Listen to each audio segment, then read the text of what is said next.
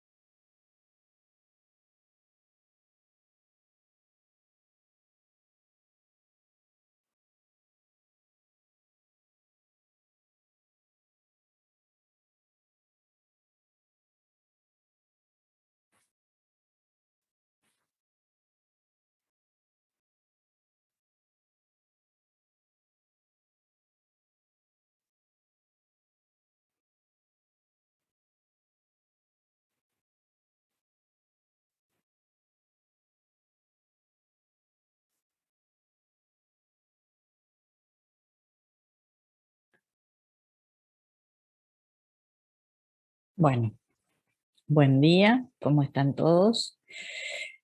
Y hoy es el día de repaso, así que hoy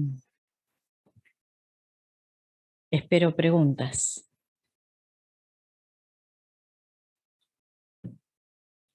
Hola, profe, buen día. Buen día, buen día. ¿Cómo va? Bien, bien. ¿Dudas? Cuéntenme un poquito. ¿Qué dudas hay? Primero lo que tendríamos que hacer es decir eh, todo lo que vimos en el segundo, ¿no?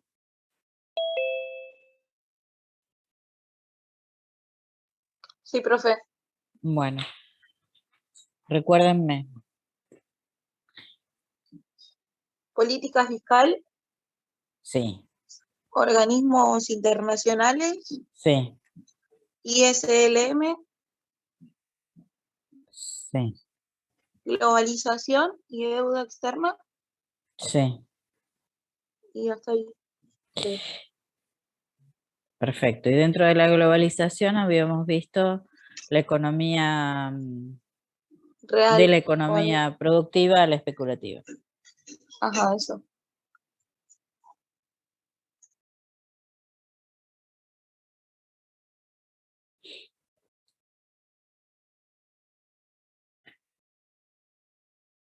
Bien.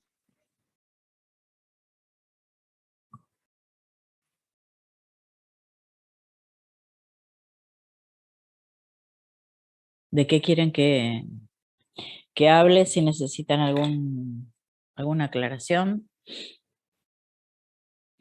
Profe, yo tenía solo dos consultas. Sí, ¿Se acuerda de la clase del jueves que dimos con el profesor? Eh, Ay, Basualdo. no Sí, Basualdo. Sí. eso. Eso se va a tomar, No, ¿no? no porque no sé si ustedes tienen, sí, tuvieron Hay el como escrito un de él, resumen. ¿no? Sí, de 5 hojas. Sí. No, déjenlo. No, no. Bueno, Léanlo, perfecto. sí, porque Sí, sí, hace sí. conclusiones Yo lo estuve interesantes, leyendo. pero... ¿Eh? Sí, es que lo estuve Sí. leyendo, pero no sabía si se iba a tomar, entonces dije, bueno, espero el jueves a ver si para Mm, estudiarlo. Y la otra consulta es el tema de deuda externa ujú, con la parte de las presidencias.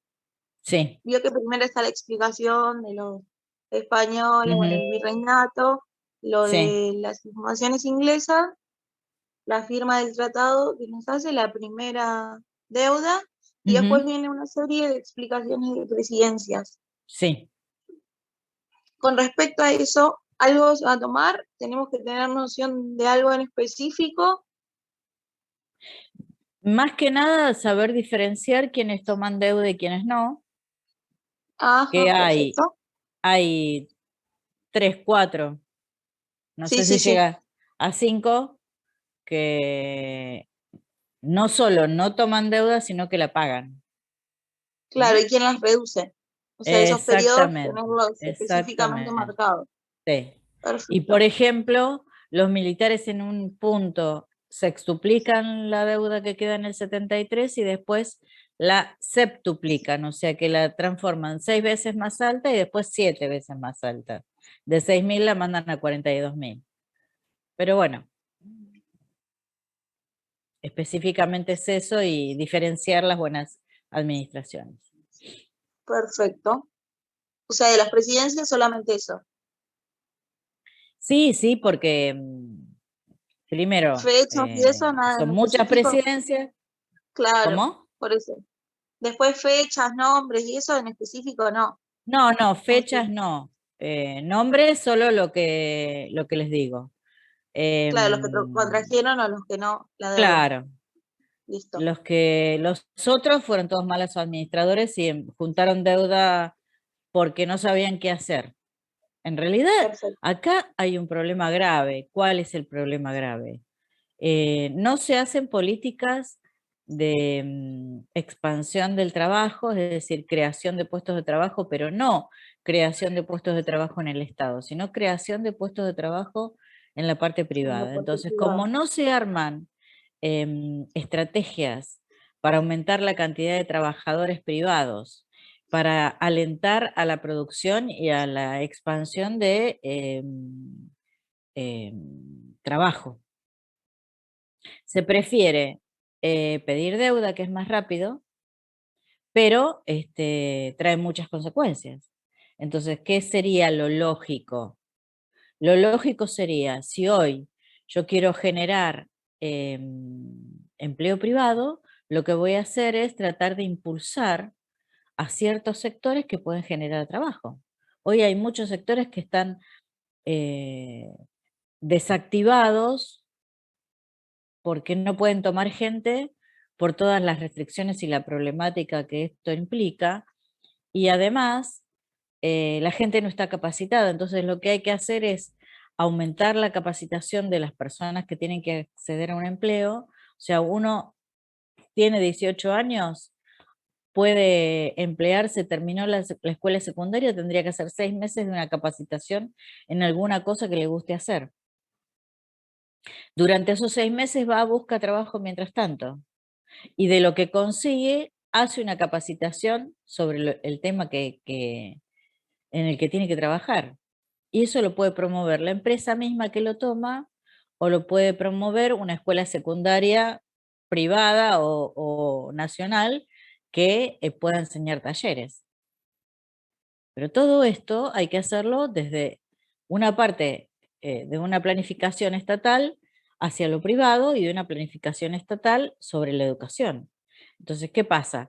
Como todo esto no se implementa porque esto no da votos, la pobreza da votos porque es la miseria lo que hace mover eh,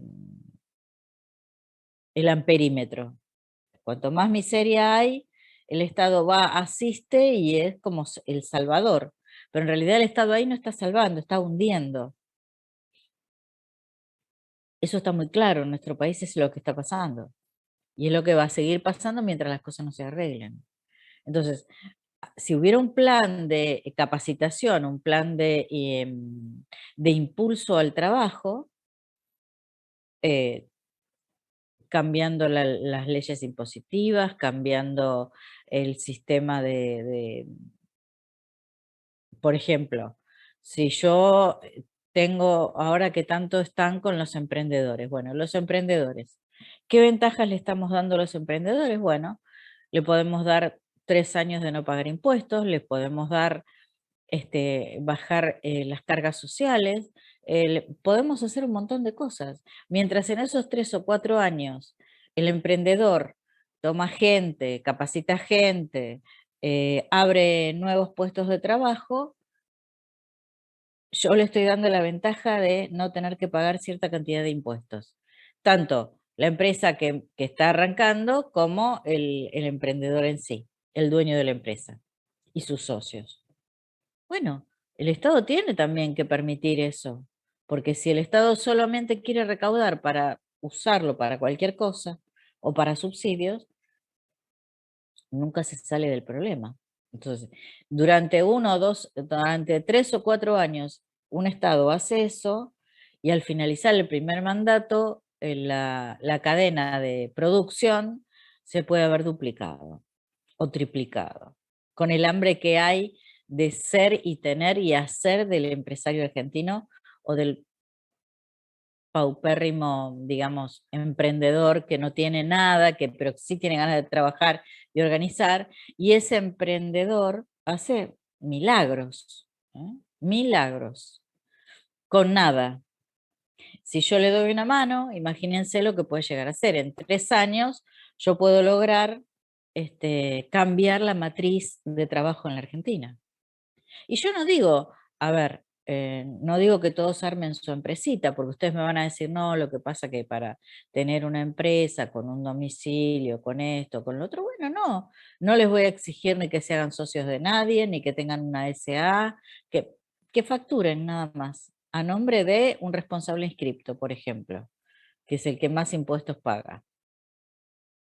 Pero ese responsable inscripto durante 2 años, 3 años de formación de la empresa o pyme no va a pagar un solo impuesto. Entonces, claro, todo eso se va a redundar en mayor responsabilidad en el trabajo, toma de empleados, si hay que capacitarlos, se capacitan. Todas esas condiciones tienen que estar puestas en un contrato que tiene que, o en un contrato, en una ley donde diga que el Estado va a hacer el control de la pyme si es que esa pyme no invierte en capacitación, no invierte en maquinarias, no invierte. Eso en 3 años explota. Y yo como presidente me voy a encontrar en la siguiente elección que los frutos se van a ver redundando en votos. Pero no importa que no me voten, o sea, lo importante es que el país arranque y que de alguna forma se pueda sacar al país de la mediocridad. Bueno, ¿qué más? En realidad no expliqué nada de las clases, sino me fui por una de las necesidades que tiene la Argentina. Profe, ahí le escribieron Sí, en el chat. sí, ahí lo veo, ahí lo veo.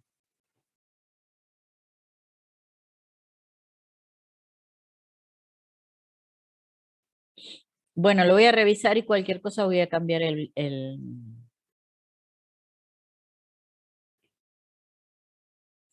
Power. ¿Qué tiene de diferente? A ver, esperen, que voy a ver si puedo entrar en el Classroom.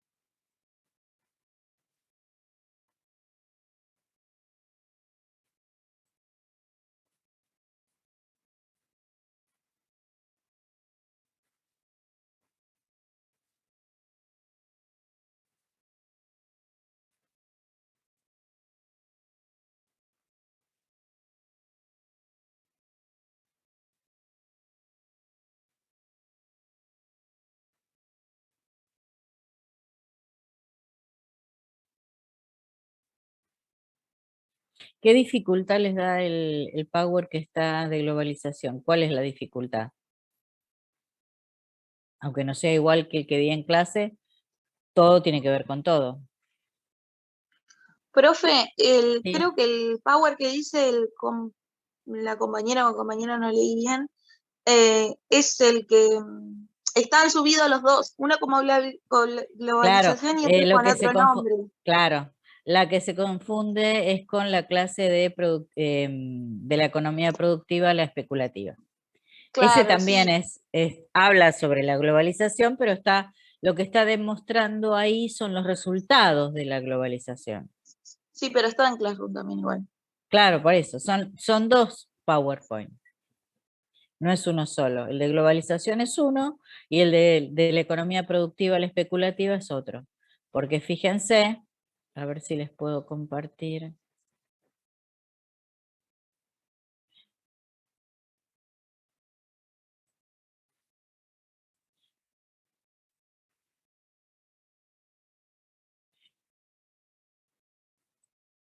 Este es el de globalización, donde marca dónde se producen las globalizaciones, cuál es el proceso o el tipo de proceso, estás dando especificaciones sobre la tercera revolución industrial, la microelectrónica, que es lo que yo les decía, que la participación de Internet frente a la situación de la revolución microelectrónica hizo transformaciones importantes dentro del mundo industrial, y generó un proceso de aumento del mundo financiero que hizo la desproporción en el mundo. ¿Qué pasó? Generó muchísimo dinero en danza que se desequilibró con la producción mundial. Entonces, eso es lo que produce también las crisis tan profundas del capitalismo.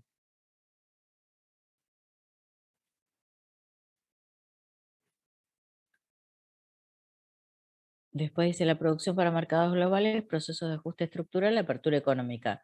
¿Por qué? Porque al haber tanta cantidad de producción en los distintos países industriales, la necesidad era abrir mercados, hacer un proceso de apertura económica para que la mercadería pudiera tener destinos distintos al mercado interno.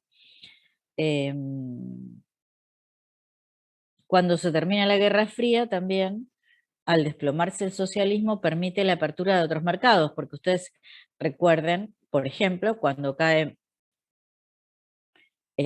Rusia se transforma en capitalista, empiezan a entrar en ese mercado las grandes marcas, McDonald's, Coca-Cola, y empieza a haber una gran cantidad de introducción de mercadería a países que estaban, digamos, en ese sentido, vírgenes de mercadería internacional, y al abrir ese mercado permiten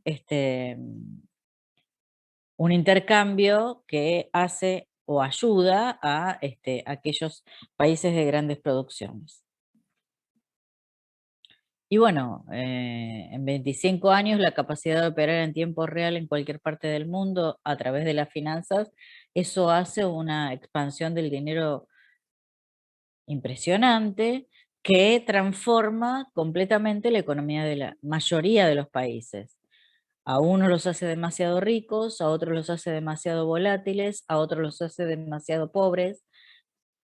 Mm, Cambia totalmente la contextura. ¿Por qué? Porque un país cerrado, cerrado me refiero, que no recibe tanta industrialización, tanto comercio de otros lados, está cerrado en su comercialización hacia afuera y de la entrada de mercadería de afuera, hace que se industrialice, tiene la necesidad de generar producto que no va a obtener de otra manera. Entonces, si yo cierro los mercados, no permito entrar importaciones y lo que hago es tratar de generar producción interna para abastecer tanto de materia prima como de producto semielaborado a las propias empresas que hacen el producto, todo se resuelve de manera interna. Se controlan los precios, se pueden hacer un montón de apertura de nuevos lugares de trabajo, de nuevos fabricación de materia prima o de producto elaborado. No dependo de los precios internacionales y esto hace que la economía se equilibre de cierta forma para poder arrancar una industrialización con perspectivas interesantes. Pero acá hay varias cosas que tengo que tener en cuenta. Primero que por la Organización Mundial del Comercio está prohibido que yo no reciba mercaderías si pretendo vender en el exterior. Suponiendo que yo quisiera cerrar, suponiendo, por ejemplo, piensen en el hoy, ¿no? Nosotros hoy prácticamente somos un país cerrado porque no estamos recibiendo absolutamente nada del exterior porque no lo podemos pagar. O estamos restringiendo todo lo que más podemos porque no lo podemos pagar porque no tenemos dólares. Pero tenemos un problema. ¿Cuál es ese problema? El problema es que nosotros hoy en día no podemos sustituir ciertos productos porque no tenemos empresas que lo fabriquen o que lo hagan a la altura de, por ejemplo, los fertilizantes. ¿Por qué nosotros no hacemos los fertilizantes en lugar de importarlos? Porque no tenemos empresas. A lo mejor las empresas que tenemos que hacen fertilizantes no están a la altura de los fertilizantes que se necesitan, porque no tienen la tecnología. Entonces, al pasar esto, nosotros no podemos cerrarnos del todo. Por eso es el gran problema de la falta de dólares. Si no, no habría ningún problema. ¿Qué pasa si faltan dólares? Nada. Si yo no tengo que comprar nada en dólares, ¿qué hago? Consigo que por 1 o 2 años no pague los intereses de la deuda, levanto mi posición con respecto a la cantidad de dólares que tengo y ya está. Porque con las exportaciones logro acumular dólares. Si los dólares no salen porque no tengo que pagar importaciones, a la larga o a la corta, las reservas van a quedar dentro del Banco Central. Entonces, un país se puede cerrar, en nuestro caso es por obligación porque no tenemos con qué pagar. Nosotros no podemos sustituir importaciones porque no tenemos la matriz industrial que necesitamos con la tecnología que necesitamos para sustituir esas importaciones. Por supuesto que esto ha pasado ya en otros momentos.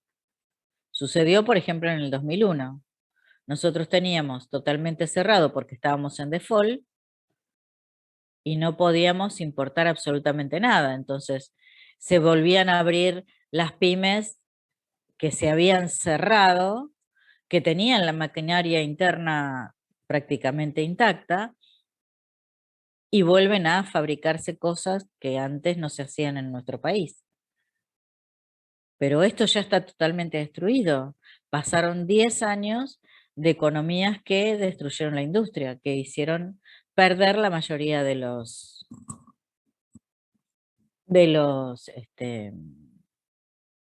factores y de la maquinaria que estaba guardada.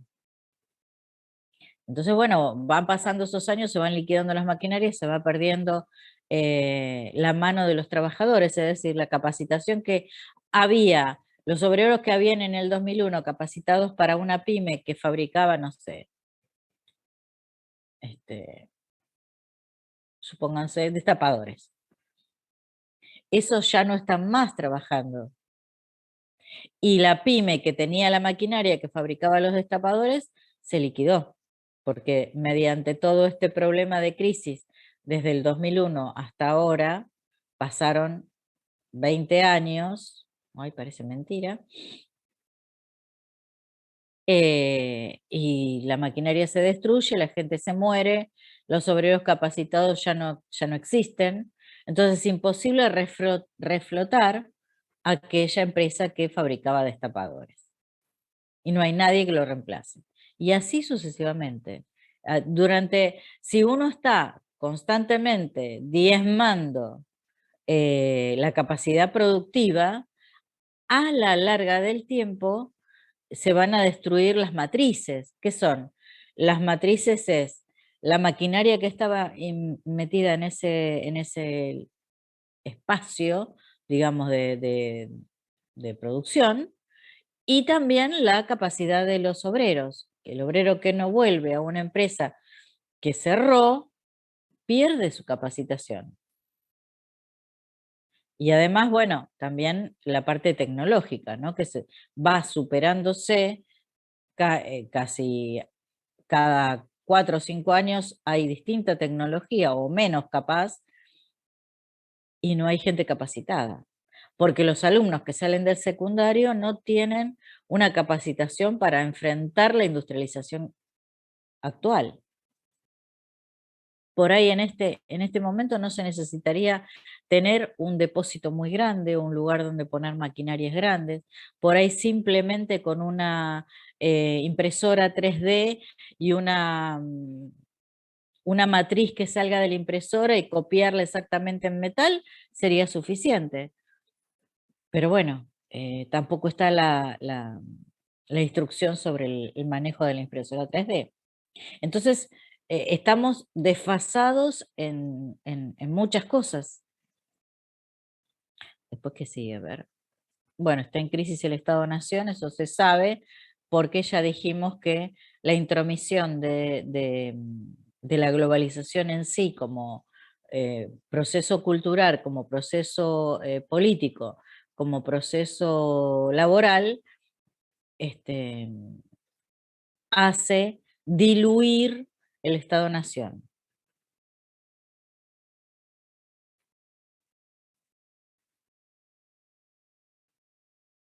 Esta frase es importante. Si antes los estados eran dueños de los mercados, hoy los mercados son dueños de los estados, y lo vemos. Lo vemos porque inclusive el mercado financiero se hace dueño de un estado reclamando o no otorgando un préstamo. Integra, uniforme y excluye. La interpretación neoliberal de la globalización es característica economicista. Sí.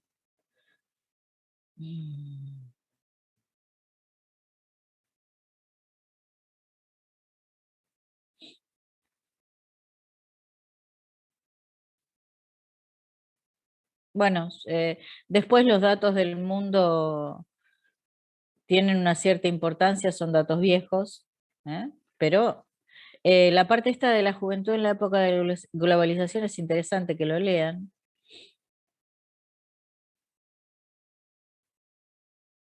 Y la otra, que vamos a dejar de compartir ahora, la otra es, a ver, ya que estamos abriendo el Classroom.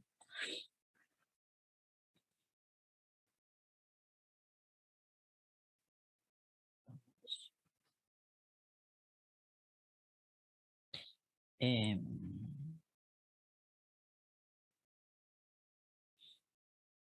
mm,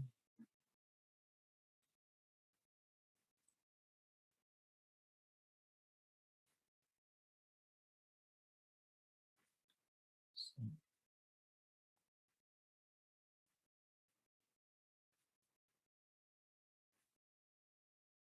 Esta otra en donde se hace la comparación qué pasaba en la sociedad industrial y qué pasaba en la sociedad postindustrial.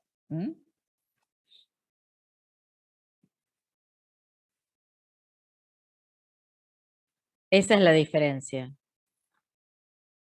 Son dos PowerPoint que hablan más o menos del mismo tema, pero uno lo aclara a través de las consecuencias y de las transformaciones, y el otro a través de los procesos que fueron sucediendo.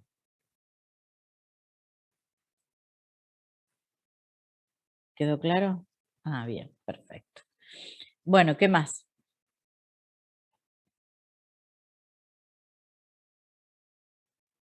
Profe, Sí, ¿le puedo preguntar algo sobre deuda externa?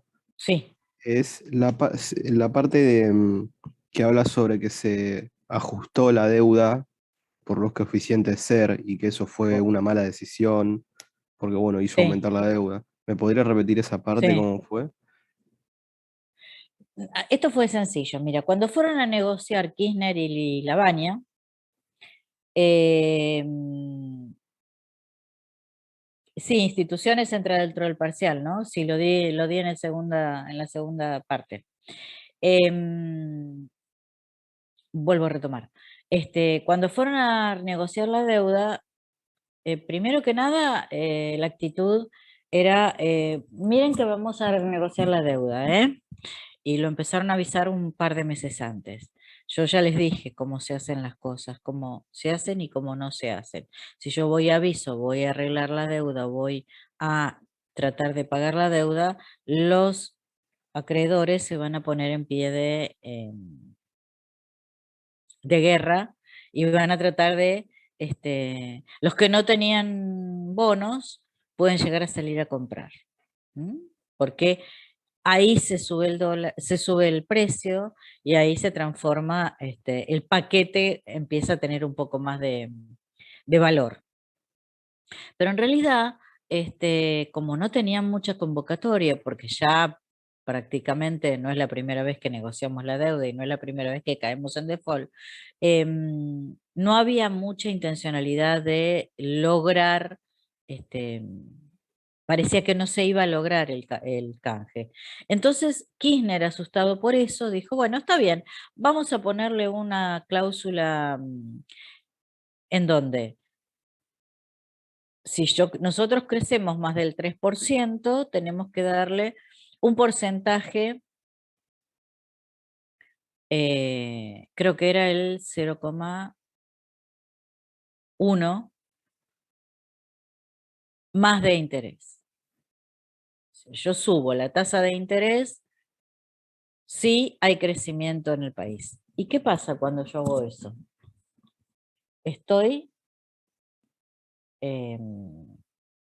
Todos los excedentes los estoy transformando en intereses de la deuda. Supónganse, yo crecí al 6%.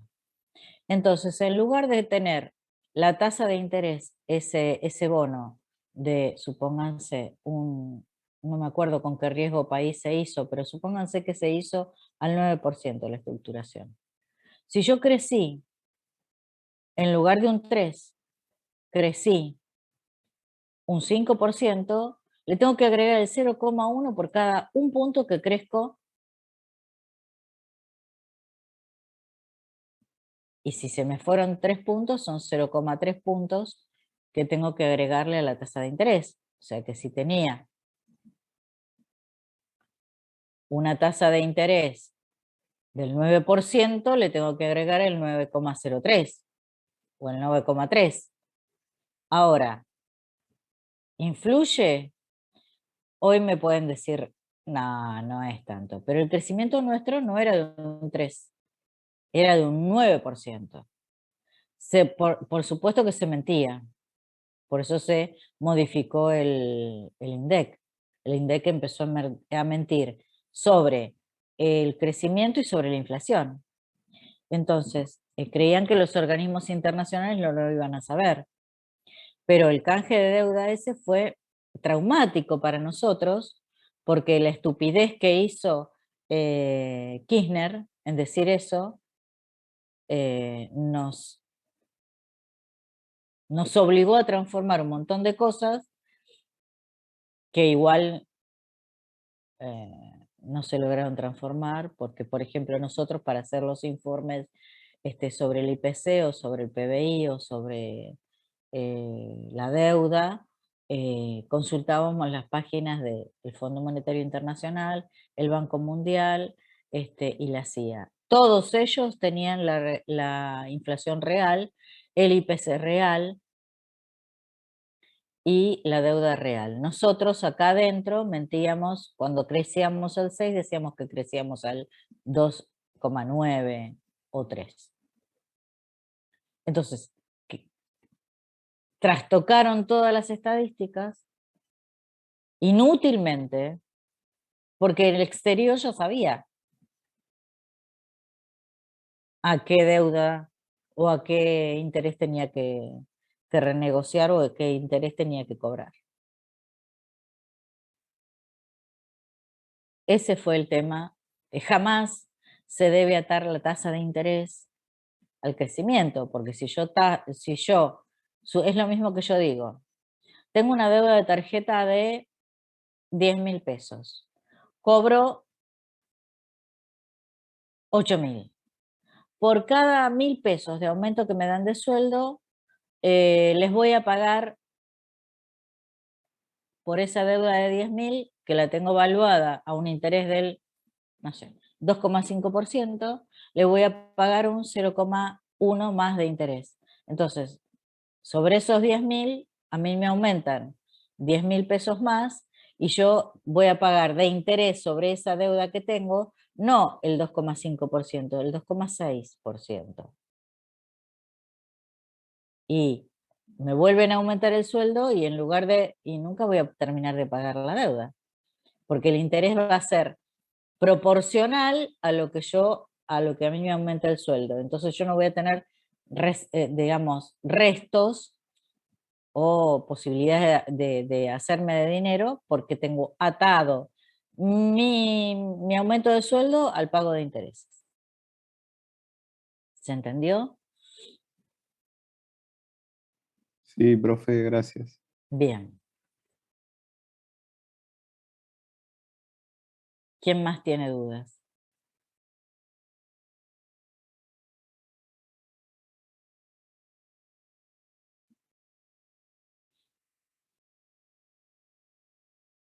¿Alguna duda sobre las instituciones Profe, internacionales? Sí.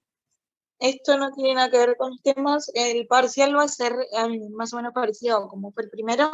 Sí, sí, 6 igual, preguntas. lo mismo, sí. Perfecto. Todas desarrollamos. Sí. Muy bien, gracias.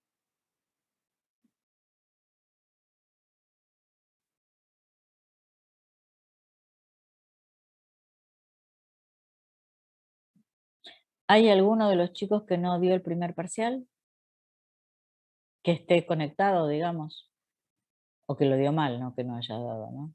Solamente que lo dio mal. No. Bueno. ¿De política fiscal alguna duda?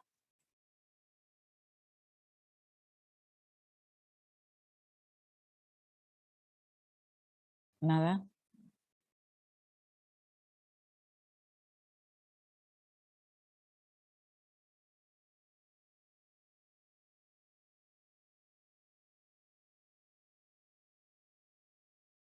Recuerden claramente cómo era la sociedad en un momento y cómo era la sociedad en el otro momento, cuáles son ese último PowerPoint que les mostré.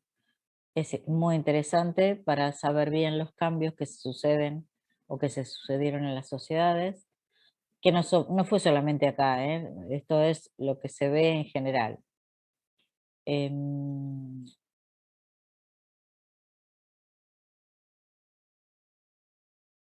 sobre deuda ya hablamos.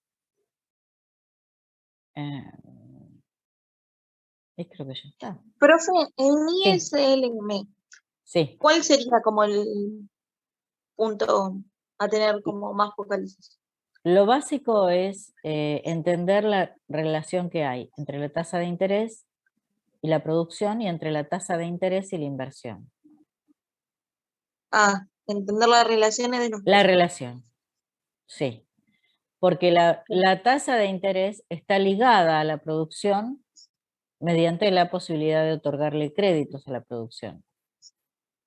Sí, Esa posibilidad hace que la producción esté beneficiada por un crédito por la financiación de sus avances, digamos, de sus ampliaciones de planta. Si la tasa de interés se eleva, la producción se restringe. ¿Por qué? Porque tiene que autofinanciarse. Y al necesitar un financiamiento constante, hay momentos que no puede crecer porque no tiene autofinanciamiento, porque no tiene financiamiento externo. Externo me refiero de un banco, ¿no? No del exterior. Ahora, la tasa de interés frente a la inversión, lo que hace es, cuanto más sube la tasa de interés, genera más inversión financiera. Todo lo contrario a la inversión productiva. La inversión productiva se restringe con el alza de la tasa de interés.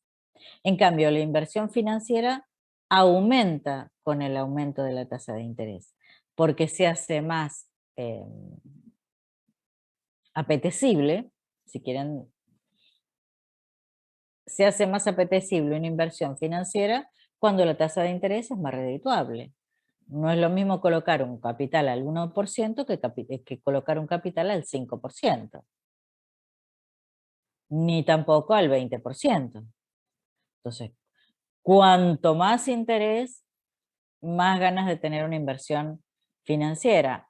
Ojo, también hay que evaluar el riesgo, porque si yo estoy dando una tasa de interés excesiva, es porque yo estoy diciendo necesito el dinero. Y si esa necesidad es tan imperiosa y la tasa de interés me muestra un nivel no normal, significa que donde yo estoy invirtiendo es peligroso. ¿A qué peligro me estoy enfrentando? Y bueno, a que no me devuelvan el dinero. Supónganse, nosotros creo que ahora tenemos el 40, no sé qué tasa de interés hay en la nación, pero voy a poner una tasa cualquiera. Supónganse que estuviera un 40%, ¿no? La tasa de interés es un 40%. ¿Cuánto tenemos de inflación en el año? Y se estima un 60 o un 70%. Bueno, ya ahí tengo un tema. La tasa de interés está retrasada con respecto a la inflación. ¿Me conviene guardar plata en el banco? No. ¿Me conviene sacar un préstamo? La tasa de interés es muy alta. No tanto como la inflación, pero es muy alta.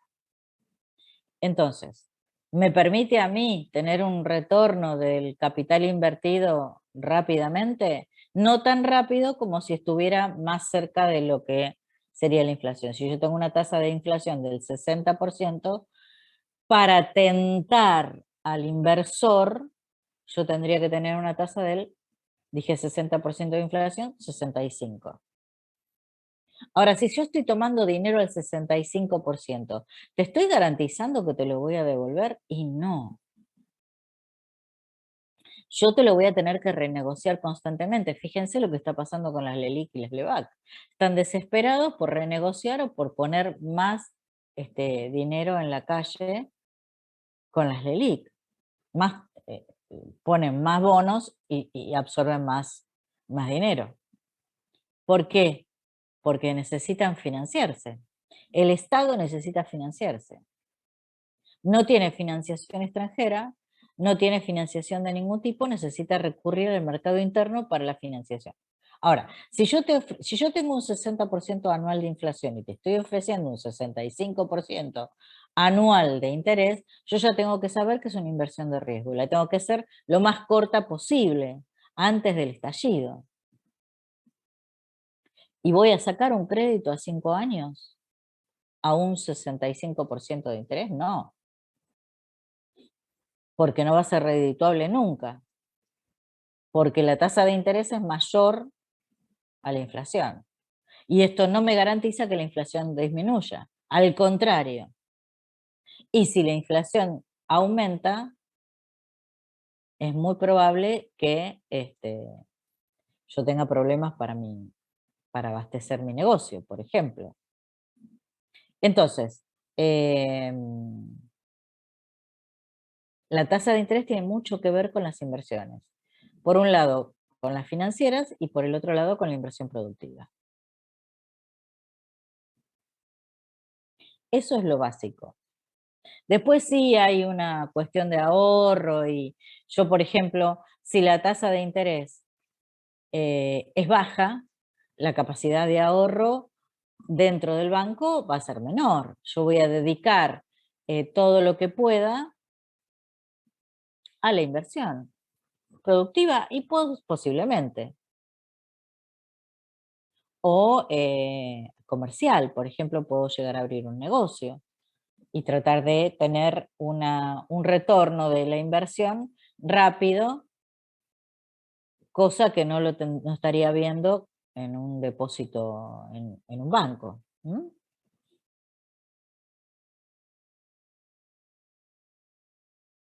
El ahorro tiene mucho que ver con lo que uno después piensa en invertir.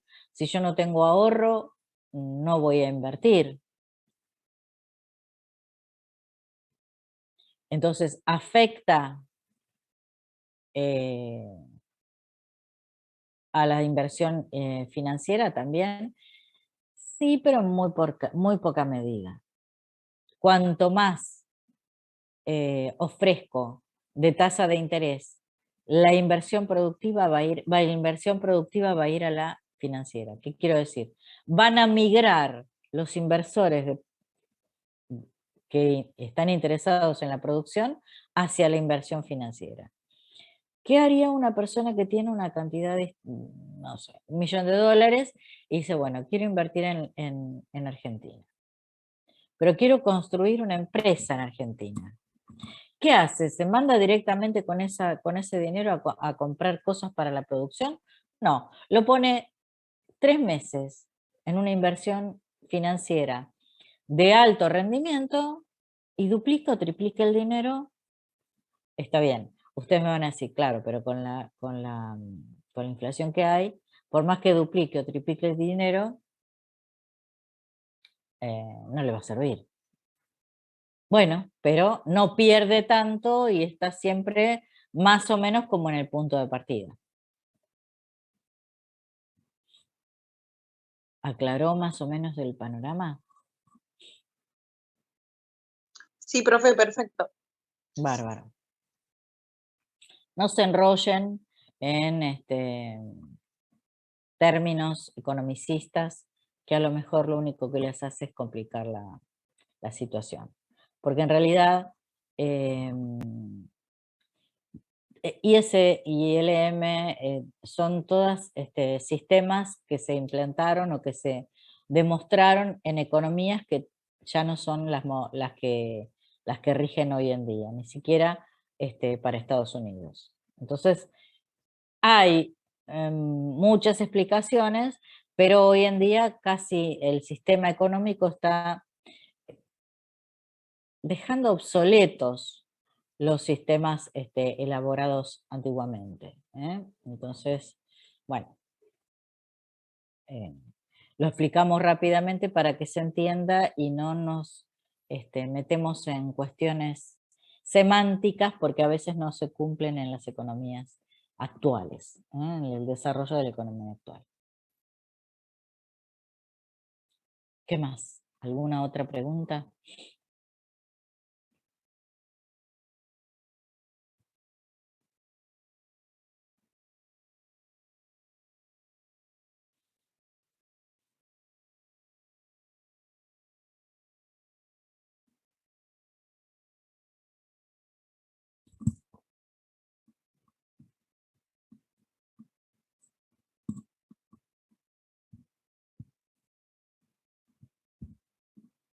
Nada más.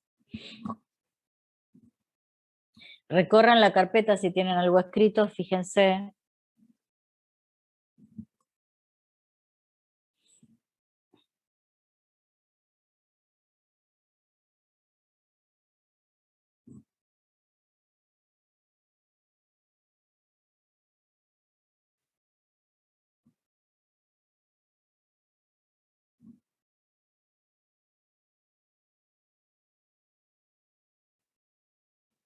Porque si no cerramos la clase y van a estudiar, ¿no?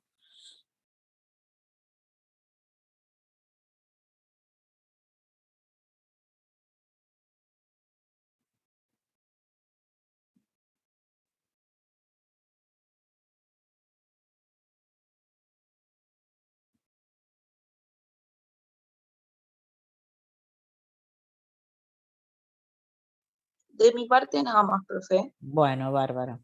Los demás, como veo que no contestan, no ponen nada en el chat ni dicen nada, supongo que tienen todo claro. Entonces cerramos acá la clase y... Ahí le escribieron un chat. Ah, sí, de tratados internacionales lo más importante era... Sí, sí.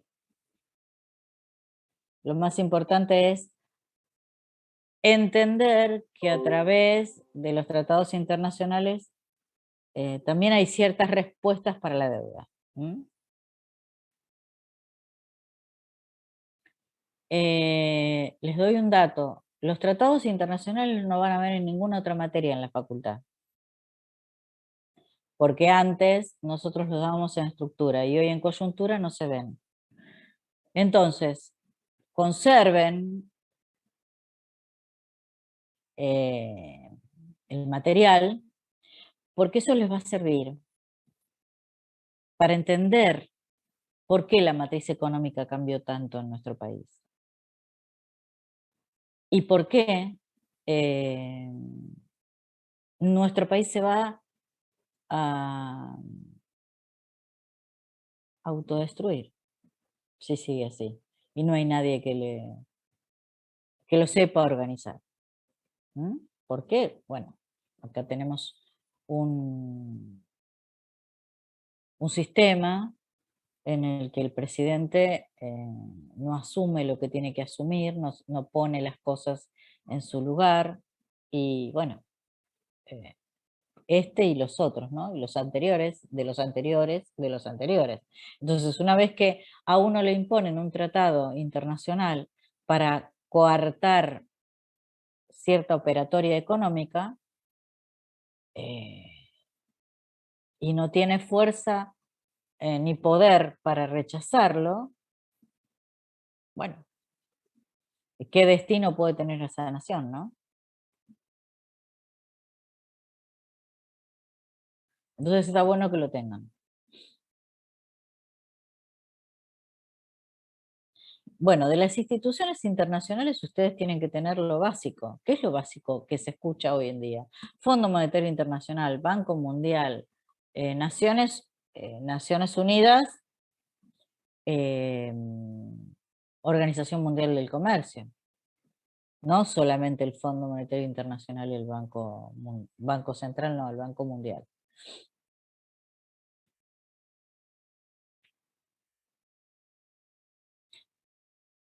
Porque, a ver, ¿qué qué hace cada una de las instituciones? FMI se generó para créditos de corto plazo con respecto a las importaciones, para facilitar la compra de producción a los países que no tenían cash, si quieren decirle, en dólares. Banco Mundial, ¿para qué se creó? Para generar créditos de largo plazo dedicados a la infraestructura. Supuestamente era la financiación de proyectos importantes para la nación, que después derivó en un acomodamiento de las variables para el Banco Mundial de la siguiente manera. Si no eras un país confiable, el proyecto te lo derivaban en un proyecto que fuera más viable para el Banco Mundial, no para la nación. Por eso en muchos de los casos la nación pedía el proyecto realizarlo en un punto estratégico del territorio y el Banco Mundial se lo cambiaba de lugar. O le cambiaba los objetivos, o le cambiaba la estructura. Y entonces lo hacía a su comodidad con las empresas norteamericanas que trabajaban con el Banco Mundial, con el personal y con las materiales. Entonces, al final ese proyecto lo financiaba el Banco Mundial, lo hacía el Banco Mundial y lo trabajaba el Banco Mundial. Y uno lo que Profe, hacía era... Sí. ¿y si el país era confiable, le daban el dinero o también le ofrecían la empresa, No, quienes la iban a trabajar, los empresa y todo materiales? eso lo ofrecen igual aunque el país sea confiable. Lo que hacen es darle el crédito a menor interés. Y aceptarle el proyecto de ellos. En cambio, si no Claro, es confiable, ellos hacían el proyecto, además de sí, brindarle todo. sí. Perfecto.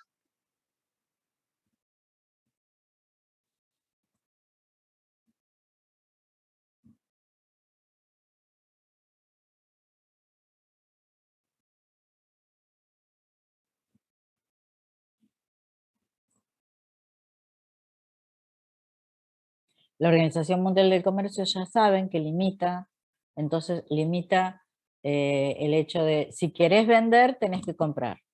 Entonces, si tenés que comprar cosas que nosotros vendemos. A veces las cosas que ellos o que nos pueden vender o que nos quieren vender, nos destruye la industria interna propia. Entonces, no se pueden poner prohibiciones. Hay que aceptar la mercadería igual. No se le pueden poner aumentos de precios, o sea, como aumento la mercadería que viene de importación con un arancel, para que sea competitivo nuestro precio interno. Si yo tengo destapadores a 10 pesos y me vienen de China 5 millones de destapadores a 0,50 centavos y yo lo tengo que vender a 1 peso o a 2 pesos, destruyo mi propia industria, que los únicos, por el costo y por el sistema de trabajo y por etcétera, etcétera, los impuestos que llevan y qué sé yo, el valor de venta es 10 pesos. Por más que ese destapador dure 10 años, 20 años, y el que compro de China me dura 2 destapadas, el consumidor va a buscar el de China de 2 destapadas. Entonces, el que yo tengo y el que estoy fabricando a 10 pesos, se deja de vender. Se deja de vender, se cierra la empresa. Por eso tuvieron que poner en la Organización Mundial del Comercio la obligación, porque la mayoría de los países, con esa invasión tecnológica de mercaderías a un costo prácticamente irrisorio, se destruía la industria interna. Y trataban de evitarlo.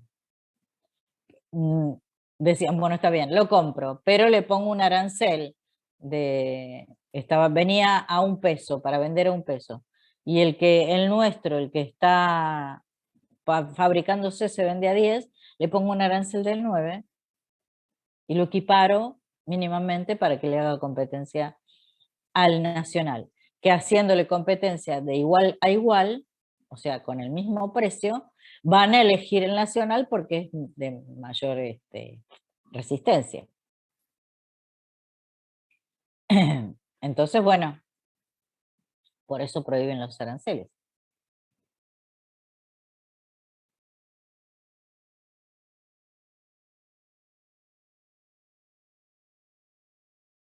¿Alguna otra pregunta?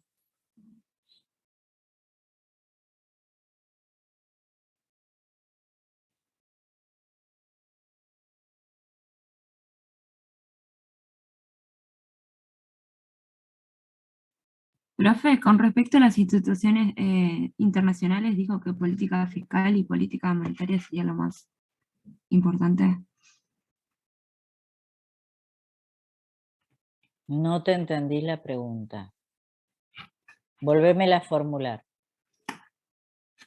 O sea, Con lo más respecto- importante de instituciones internacionales Sí, sería lo de política fiscal.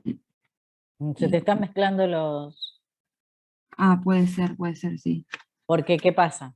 Política monetaria lo dimos en el otro examen. Política fiscal se dio ahora, pero los organismos internacionales no tienen que ver con eso.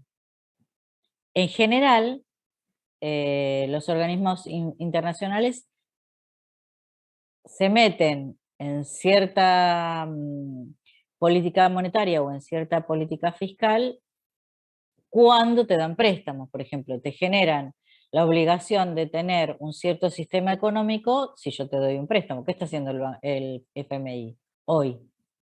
Está cuestionando la economía porque quiere tener una cierta cantidad de reservas en el Banco Central, una cierta cantidad de tasa de interés, pero eso cuando te prestan. Si no, no se meten en eso. Se te mezclaron un poquito los temas. Sí, porque tengo acá anotado en institución, en la carpeta tenía política Ah, fiscal. claro. Por eso no sabía en qué, pensé que iba de la mano con la política monetaria. Por eso. Está bien, profe. A veces Gracias. cuando, por ejemplo, cuando tenemos este tema con el FMI que tenemos que estamos tan mal con crisis y te vienen a hacer revisiones trimestrales, sí se meten porque tiene que ver con el pago de la deuda, en realidad, pero no se meterían si no tendríamos este tema de crisis y este problema con la deuda, ¿no? Se meten en otras cosas, pero no en eso.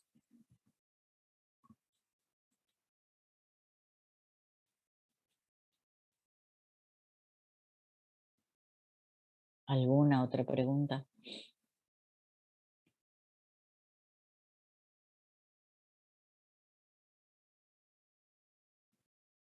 Profe, ¿hay algún tema que por ahí no lo tengan en cuenta? Como saber, no sé, de todo lo que se... de todo No, lo que porque mira, es todo lo que hablamos, creo. Alguien que revise a ver si dimos algo que no se habló acá. Pero no, me parece que no. Porque lo primero que Hasta ahora hicimos, lo del profesor Basualdo, eso no. eso Dijo no, que no. es lo único. Es lo único que no va. Pero Después el resto léanlo, todo. Claro, sí. claro. Perdón, ¿y qué era eso que dio el profe? Porque yo sabía que no llegué a escuchar. Espérate, te voy a dar en el Classroom, creo que debe estar. A ver, para.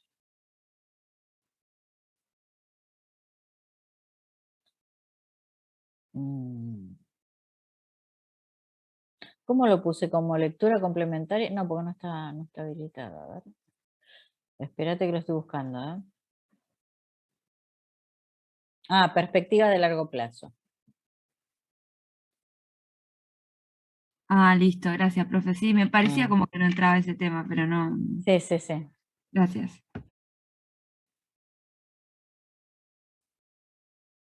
Es un análisis en general de lo que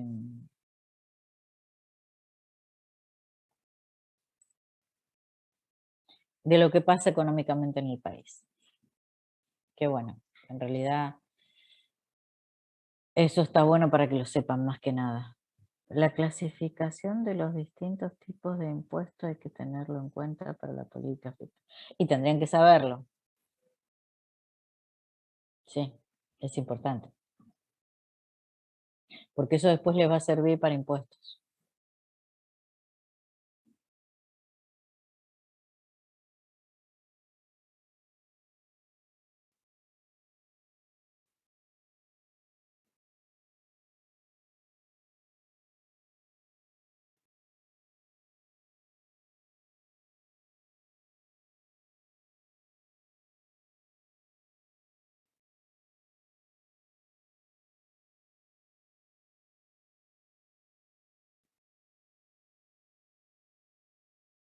¿Alguna otra pregunta que les dé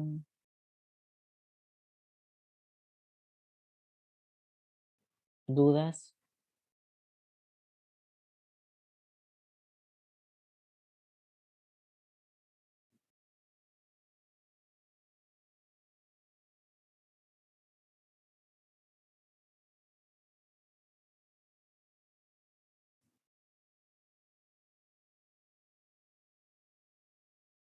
Bueno, entonces, y del modelo ISLM, ¿qué sería lo más importante? Y ya lo había dicho.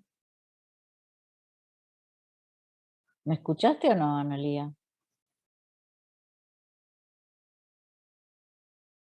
Lo más importante es la relación que existe entre la tasa de interés y la producción. Ah. ¿Qué hace la tasa de interés con el mundo productivo cuando es alta o es baja? ¿Y qué hace la tasa de interés con el mundo financiero cuando es alta o es baja? ¿No? Al mundo productivo lo perjudica si es alta y al mundo financiero lo beneficia. Uno elige, entre comillas, seguridad en el mundo financiero o riesgo. Si elige riesgo, coloca el dinero donde la tasa de interés es alta para que el retorno del capital sea más rápido. ¿Mm? Si estás en el mundo productivo y la tasa de interés aumenta, sabes que no vas a tener financiación para tu proyecto. Entonces, ¿qué vas a hacer? ¿Lo vas a seguir haciendo o vas a pensarlo 2 veces en invertir en ese lugar, en la parte productiva? Entonces te cambias al mundo financiero. Tratas de mantenerte en una situación de expectante para que no te licúen ni lo que vos pusiste de capital o no te lo expropien. Y seguís navegando en la parte financiera hasta que la tasa de interés cambie. Después, cuando la tasa de interés se hace baja y a vos ya no te sirve tener el dinero detenido en un lugar donde no te da una tasa de interés de retorno interesante, lo cambias de lugar. O te vas a otro país para invertir en forma financiera o te dedicas a otra cosa, que puede ser el mundo productivo. Por eso tiene que ver la tasa de interés con ambos mundos, financiero y productivo. Y en definitiva, si ustedes se van a fijar en la evolución, financiera y económica del mundo, la tasa de interés destruyó la producción. La tasa de interés y el mundo financiero con todos sus artilugios, porque a ver, la tasa de interés puede estar en el 0,1%, pero si yo tengo artilugios financieros que me permiten a mí transformar el dinero en un papel y ese papel se da un rendimiento que tiene que ver con las veces que se proyecta un intercambio de dinero en X lugar, si yo digo, bueno, cada vez que este artefacto se compra o se vende, yo voy a ganar el 0,1%, bueno, todo ese tipo de artilugios que se hacen con los derivados financieros, hacen que yo tenga un retorno del capital más rápido. Entonces, todo lo que hace el mundo financiero para lograr generar ese retorno, destruye el mundo productivo, porque el mundo productivo lo único que tiene es la posibilidad de generar un producto, hacerlo conocido y que sea tendencia, que se venda en muchas partes del mundo, y punto, ahí ya no hay más nada. En cambio, el mundo financiero puede hacer un montón de artilugios que me permitan a mí generar más rápido el retorno del capital.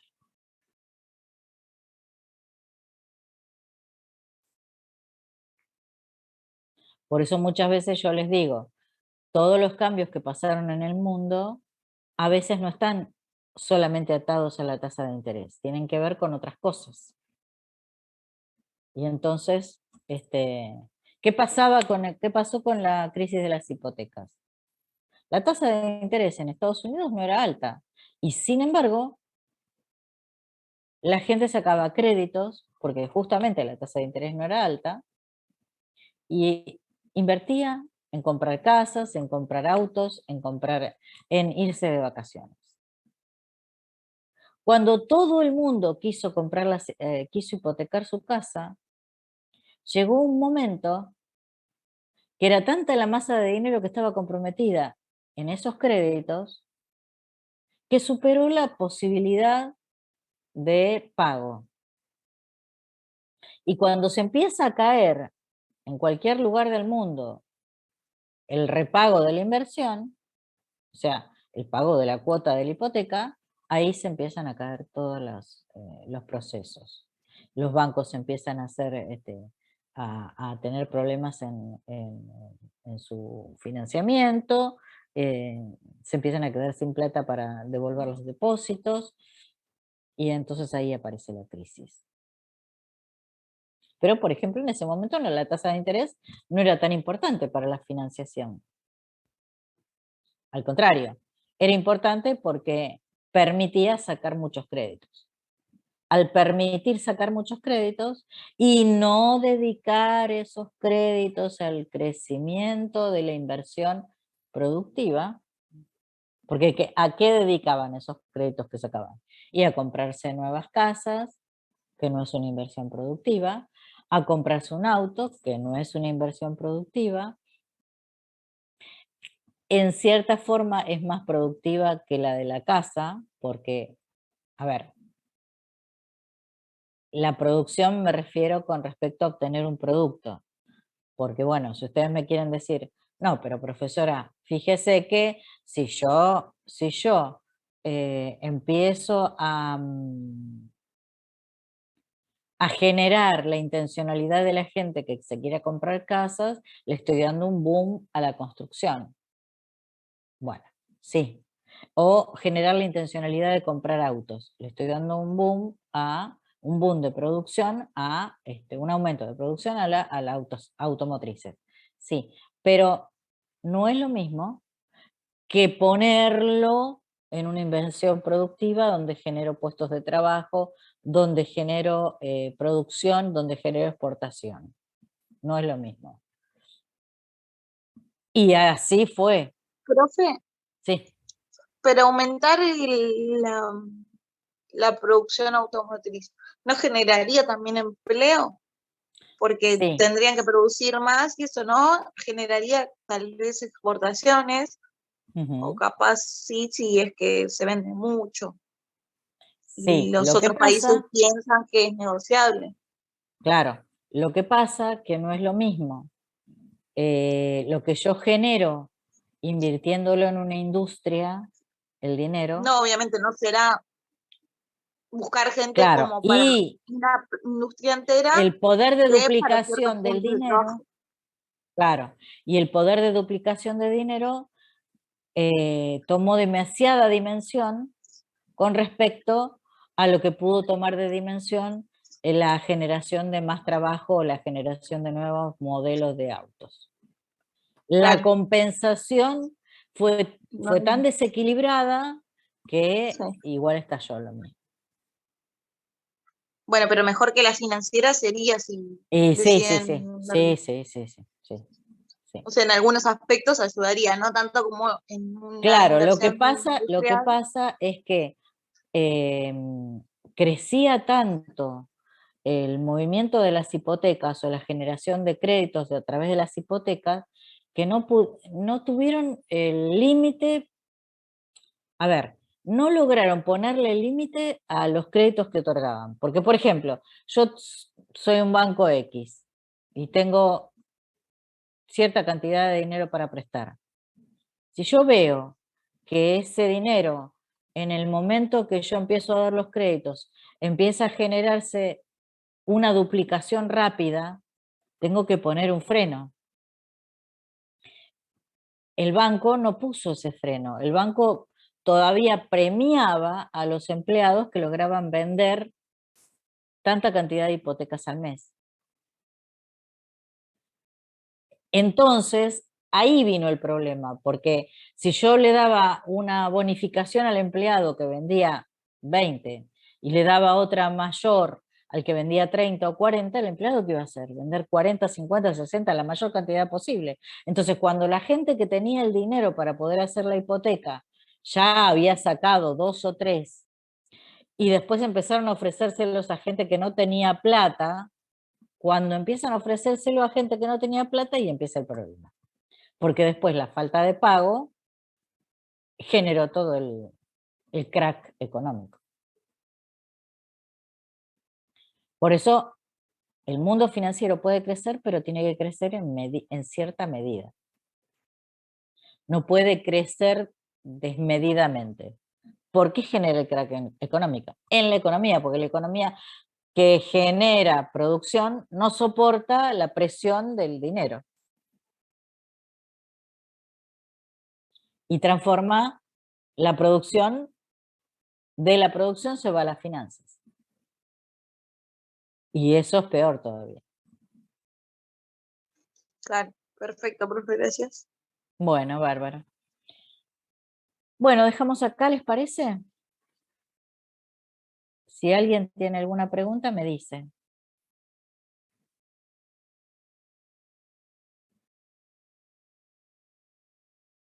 Nada. Bueno, nos vemos el lunes entonces. Ya saben, los que dieron el primer parcial bien, mal, esfuércense en este y después hacemos una clase de repaso para los que tengan que recuperar antes del recuperatorio. Bueno, nos vemos el lunes, chicos. Nos vemos el lunes, profe, muchas gracias. De nada. Chao, profe, gracias. Chao, chao.